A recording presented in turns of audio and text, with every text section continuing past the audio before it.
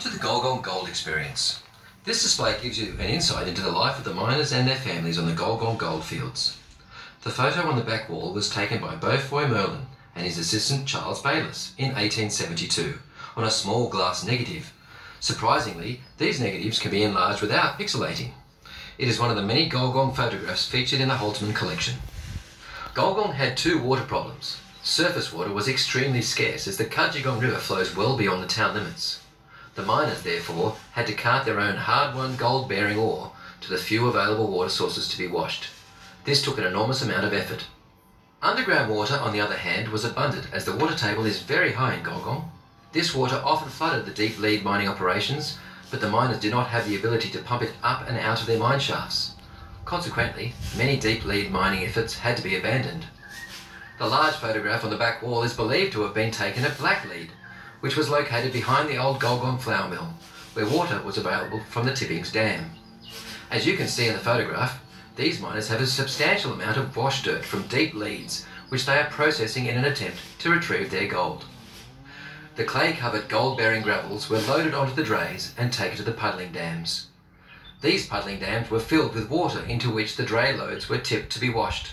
Horses then turned the wooden rake attached by chains, which agitated the wash dirt, separating the gold which, being heavier than all the other material being washed, fell to the bottom. Once the washing was complete, the miners would then pan and cradle the gold out of the sludge that remained at the bottom of the puddling dam.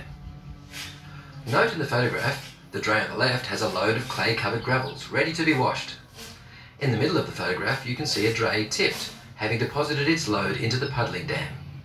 The original dray in this display is loaded with quartz, which would have come from one of the reefs like Red Hill, but not from one of the alluvial deep leads. Gold-bearing quartz was crushed in large stamper batteries just like the one up near the Poppet Head outside and further up the hill.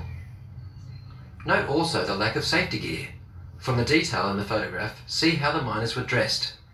Nothing was built for comfort or safety in these early days.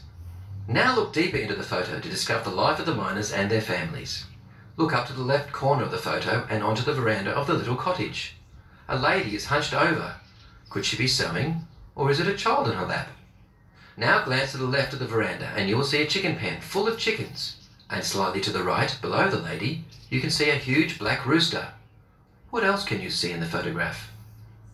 It is details like these that have made the Holtman collection of photographs so unique and invaluable. They have captured the people, activities and buildings of the Australian Gold Rush era.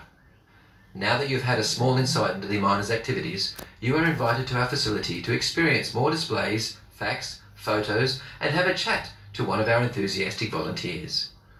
Once you have soaked up all the information inside, go for a walk over Red Hill where gold was originally found in 1870 by Tom Saunders after a heavy thunderstorm. Walk up to the original mine shaft and check out the Gulgong water level for yourself. Take a peek into the miner's cottage, and if you have time, and wish to try your hand at panning, please ask one of our volunteers on duty and they will be happy to get you started. Enjoy the rest of your visit to the Gulgong Gold Experience.